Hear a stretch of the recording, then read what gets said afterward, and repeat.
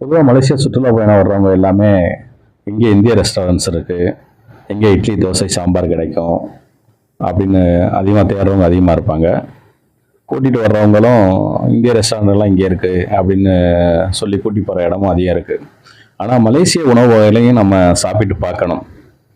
அது இந்திய உணவு வகைகளுக்கு எந்தவித குறைவில்லாத சுவையில் தான் இருக்குது. கண்டிப்பாக தென்னிந்திய உணவு வகையில் உள்ள உப்பு, காரம், புளிப்பு, கொஞ்சம் இனிப்பு நிறையா வகையில் சேர்க்குற உணவு வகைகளும் இங்கே அதிகமாக இருக்குது.